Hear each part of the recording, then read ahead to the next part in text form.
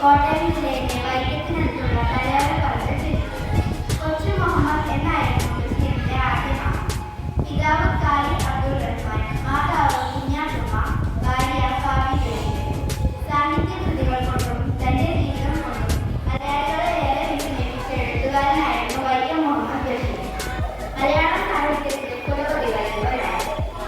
തന്റെ ജീവിതാനുഭവങ്ങൾ കഥകളായി പറഞ്ഞു കേൾപ്പിച്ച എഴുത്തുകാരൻ.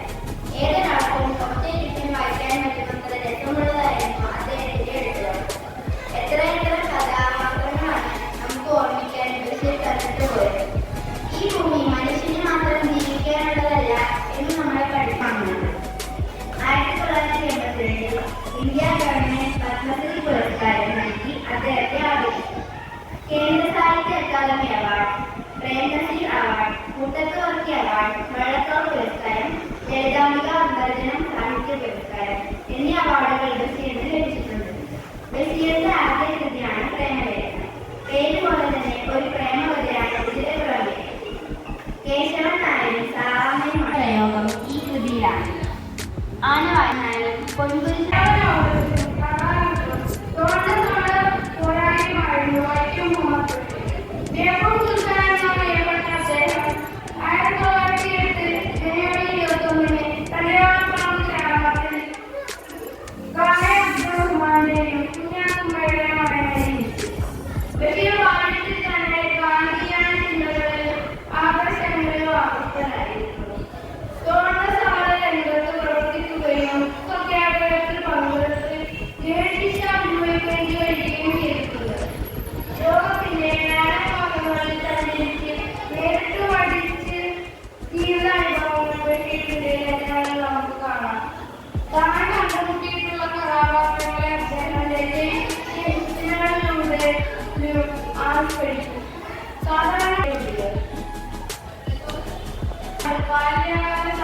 പ്രേമലേഖനം, മുറ്റിട്ട് കളിക്കാരന്റെ മകൾ, ഭൂമിയുടെ ഓടാറ്റികൾ തുടങ്ങിയാണ് അദ്ദേഹത്തിന്റെ പ്രധാന കൃതികൾ.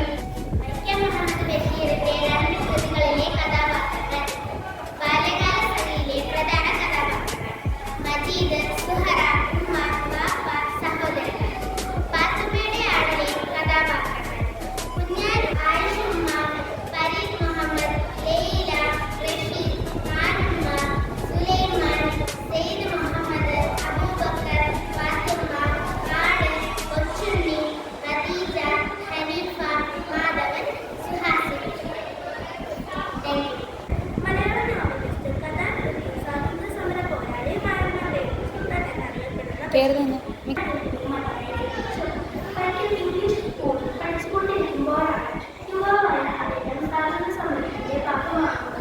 കോഴിക്കോട് ഉപ്പ് സത്യാഗ്രഹത്തിൽ പങ്കെടുക്കുന്നത്. 1.5 ആഫ്രിക്ക, അറേബ്യ, ഏഷ്യ, ഭൂഖണ്ഡങ്ങളിൽ പല ജോലി ചെയ്തും പല പല വേഷങ്ങളിൽ നാടോടിയായും സഞ്ചാരിയായും തടവുപുള്ളിയായും അറിയുന്നതിനിടയിൽ അദ്ദേഹം ഒരുപാട് ജീവിത അനുഭവങ്ങളിലൂടെ കടന്നുപോയി. പോലീസുകാരിൽ നിന്നും തടവുകാരിൽ നിന്നും അദ്ദേഹം കേട്ട കഥകൾ പിന്നീടുള്ള കൃതികളിൽ പ്രത്യക്ഷപ്പെട്ടു. 1980